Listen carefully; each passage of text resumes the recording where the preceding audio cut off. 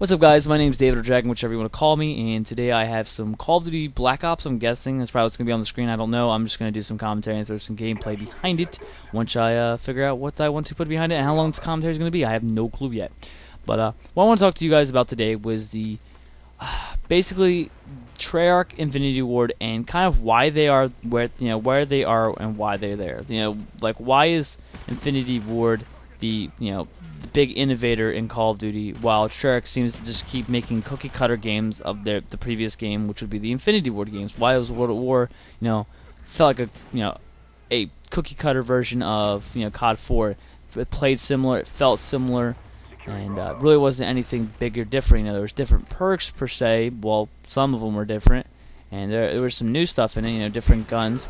And that's the only thing I really give World at War compared to Modern Warfare 2 versus Black Ops. There's a lot of similar weapons, while World at War versus Call of Duty 4, there's a good different taste. So World at War isn't so bad as Black Ops is, but World at War still, when you look at the Call of Duty series, comparing COD 4 to COD 4 to Modern Warfare 2, you can see a decent jump in innovation, which I'll point out as we go on.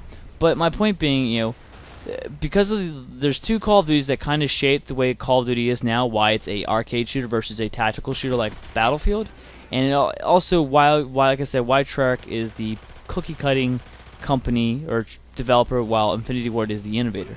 And what happened is Call of Duty 3 and Call of Duty 4 were the two big deciders of why Call of Duty is the way it is today.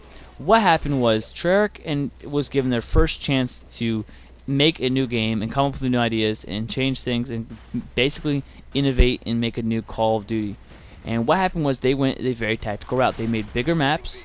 They made vehicles, tanks, motorcycles, jeeps with machine guns on back of them. They still had the creative class idea, and overall it was a lot like Battlefield. It reminded you of Battlefield. There's vehicles, with a lot of anti-vehicle type things. I think there was like was there mines? I don't think there was mines. I might be wrong. There might have been. I can't remember. But there was a way to take out tanks, as well as just there's a lot of vehicle gameplay. It was like Battlefield and Call of Duty had babies. I mean, that's what Call of Duty 3 was. And then Call of Duty 4 came around, and you had perks, you had creative class, where you make your own class, you had attachments, you had kill streaks. It was a very new game and a very arcadey game. A lot of smaller maps, guns were killed faster, and everything just played faster overall, and it was a more arcade-like game. And what happened was people loved it. Call of Duty 3 had actually I believe it gotten worse ratings than Call of Duty 2. It had been liked, and a lot of people didn't like the vehicles because of the way what kind of gameplay how it calls people to play, which is usually how the Treyarch games end up being. Is the way it causes people to play is never good. Which I think each Call of Duty has their flaws in that aspect. But what I mean is, what ended up happening was people loved Call of Duty 4, and that gameplay style, that arcade-like Call of Duty, sunk in, and that's what people wanted.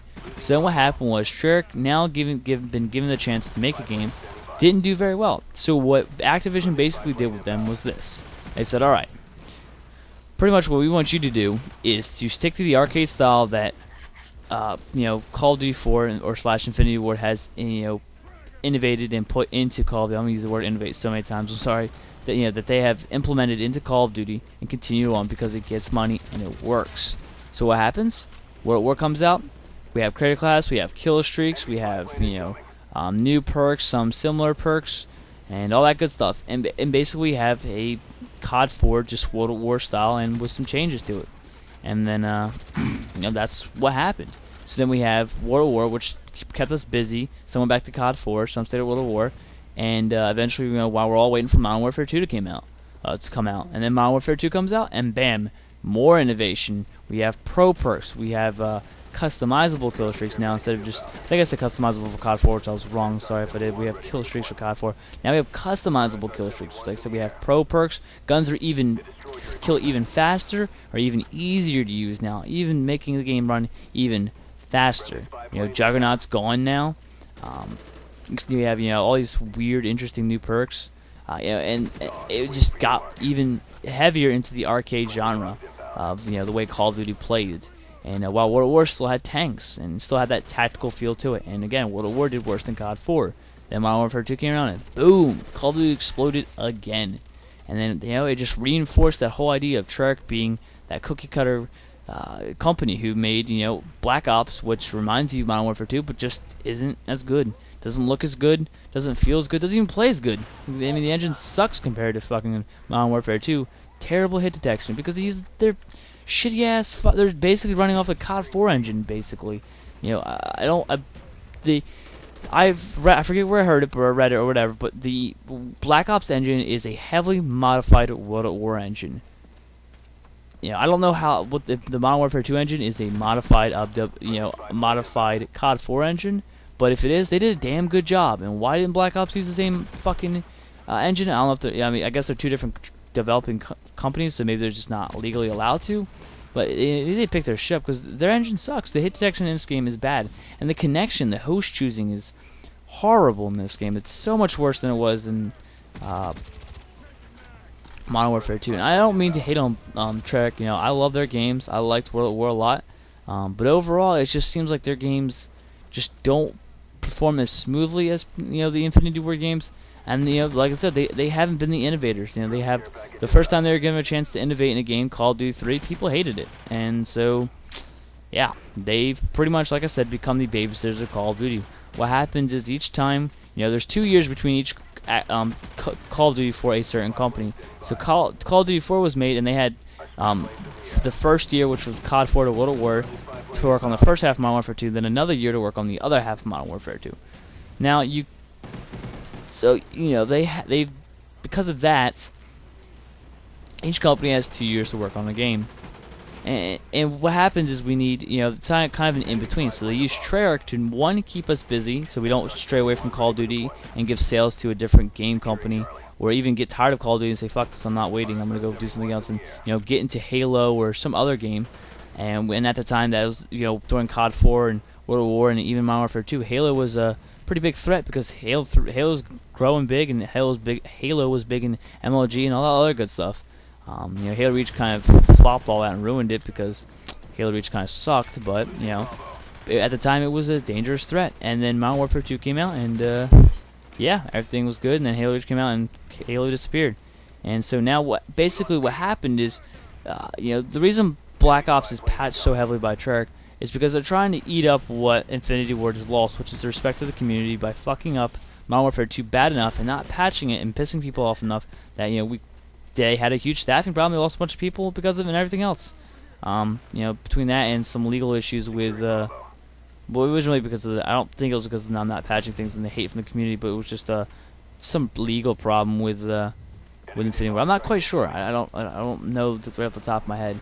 But point being, Modern Warfare 2's biggest problem was not getting patched, and so that's what Treyarch's trying to do, try to get the like of the community, since both their last two Call of Duties weren't too well received from the community, and they instead of trying to be the cookie cutter company, which is basically copying whatever Infinity Ward's game and changing it up a bit, they want to be the ones to innovate.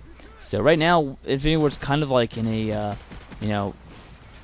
I want to say like a probation stage, and where depending on what happens in this next Call of Duty and how good it goes and how well it's supported, depends on whether or not I guess I have a feeling whether or not Activision's going to give Infinity Ward freedom to really be their own company again and make a Call of Duty by themselves. I think right now Sledgehammer is kind of like a crutch almost for Infinity Ward to try to, I guess, keep up with supporting their game or whatever. But like I said, if you look at it in overall and look where and how Treyarch fucked up their first time, and their games always seem to do a little worse than Infinity Ward games. You can see how they're just kind of here to get keep us busy till the next Infinity Ward game comes out, and even get more money out of us instead of waiting every 2 years to getting money every year. And basically all they're doing is just copying, pasting the last Call of Duty, and or copying, paste it, and then change it up just slightly. And that's kind of how Call of Duty's been working since COD 4 now. So other than that, guys, I hope the video made sense. I hope the commentary was good. I hope everything just kind of flowed together well. Actually, if this is 9 minutes. Didn't expect this to last this long, but other than that, guys, I hope you enjoyed the video. Thank you for watching, and I will see you later. Goodbye.